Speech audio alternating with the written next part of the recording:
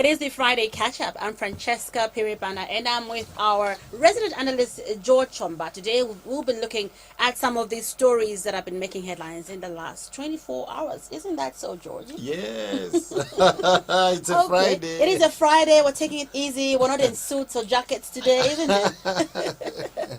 Okay, so we start with this story where a philanthropist has come to the rescue of government and is willing to have Lusaka City Market rebuilt at his cost. Local Government Minister Vincent Mwale has confirmed this development. So part of Lusaka City Market was gutted, as you may well be aware, in July this year. Mr. Mwale says all the donations that have been coming through will be channeled to the construction of the relief markets as an alternative for the affected traders. Let's take a look at the clip.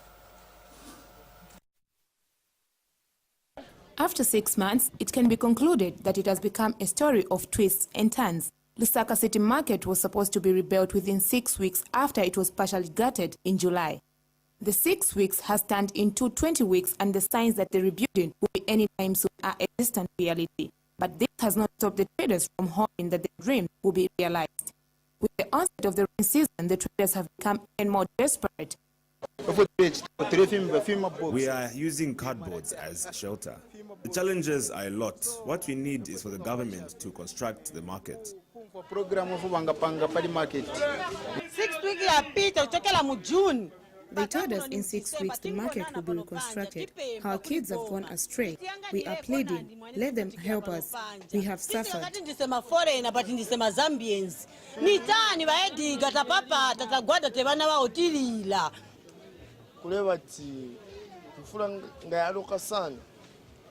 The rainy season is already here and the place really gets flooded, making our business hard.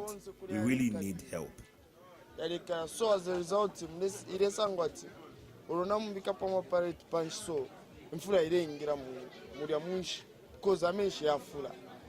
But local government minister Vincent Mwale does not want the traders to lose hope. In fact, he says instead of depending on the donation which were being collected by the Vice President's office, a long funder of the rebuilding of Lusaka City Market has come on board.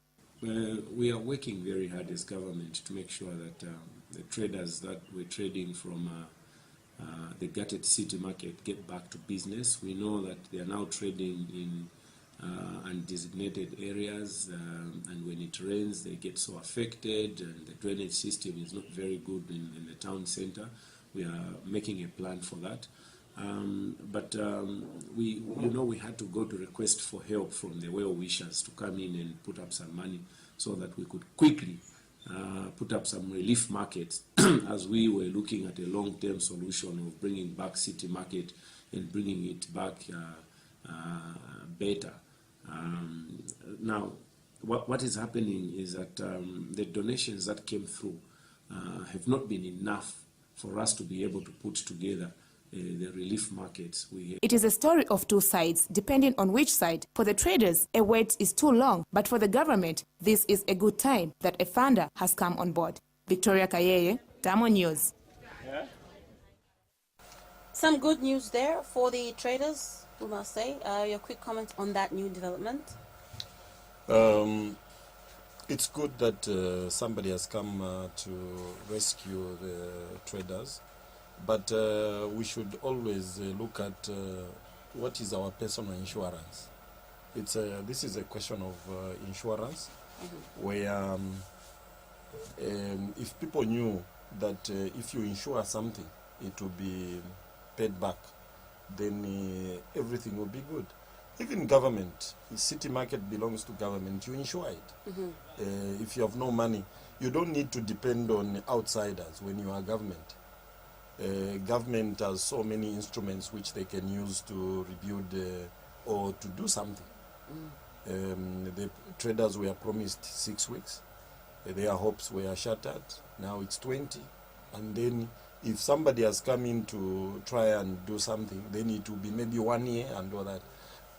If you are not doing something as a government within the time that you promise, people start losing hope in you.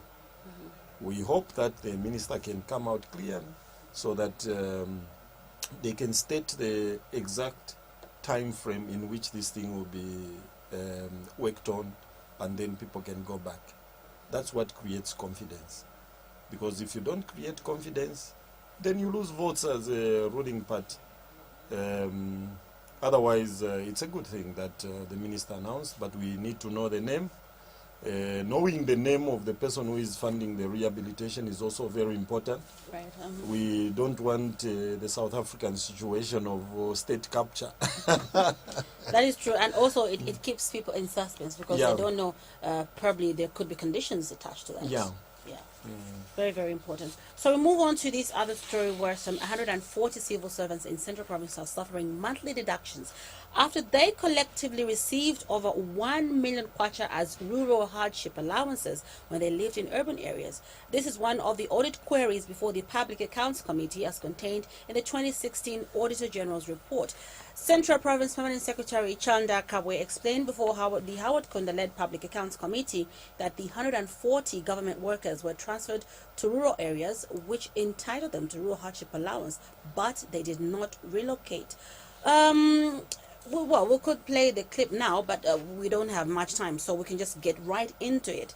We spoke about this a few days back, and there is this development that the monies are being deducted. I think this is one of the very few cases where you hear an issue in the Auditor General's report being followed to the latter end, where the perpetrators are actually, facing the consequences. Your quick comment.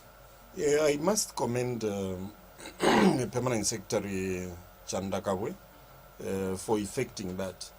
But having worked in the civil service some 20 years ago, this is a common feature in government. There are a lot of loopholes in government where people are given what doesn't belong to them. But for Chanda Kabwe to effect that, you give him credit, you give him some... but what is happening in all these other provinces? There are so many people who would say they are staying in urban areas, but benefiting from rural hardship allowance. Speaking of, of the loopholes, one wonders what methods is used to try and follow up or try and monitor the people who've been transferred, because they're supposed to report to certain offices. How do you think this goes to such levels where people are supposed to relocate, they haven't relocated, and yet the rural hardship allowance has been effected before they can even relocate? So how do you think the monitoring system is being done by government, and where do they need to improve to ensure that this does not repeat itself? There are two offices which are involved. There is accounts office and the human resource office. A human resource in government now, or whoever employs, they can even put ghost workers who are working in rural areas. So if a human resource officer is corrupt, what would happen is that even if you are staying in an urban area, he would put you on a certain salary or an allowance. And if the one who is inputting in terms of salary is not observant, they also connive in terms of all this. So these two offices are key in terms of giving emoluments. The human resource and the accounts, monitoring the how people are paid. They can even put somebody who doesn't work. So just getting these deductions from these government workers alone is not enough. They need to also, go as far as, getting the person like the human resource, the accountant. It's not enough, because all civil servants or all workers look at the payslip. If you are receiving, okay, let me explain what happened in there. There was a creation of new districts, and these people were transferred to those rural areas. Now there was no accommodation, so they went back to Kabwe town because they loved town. You see? Town life. Yes. But they were supposed to report that I'm receiving this wrongly because I stay in the Kabwe urban. But they didn't. They were not being honest enough. Which is theft. Now, the remedies for theft is for you to be reported to the police or sanctions are made. And not just a salary deduction. Not a salary deduction. That's what the Public Accounts Committee was talking about yesterday. But in government, we have this thing of saying, you know, and all that. This is what is making government look bad. Because we are not effecting, if it has been happening for 53 years, every time you are just saying, oh, you receive wrongly, you are going to pay for 6 years and all that. They will continue. Let something be done. So that people, if I receive this and I don't report, then there will be a problem. I might end up behind bars. But the excuse that permanent secretaries make is that it was not their fault. But Chandakabwe yesterday said they were both wrong.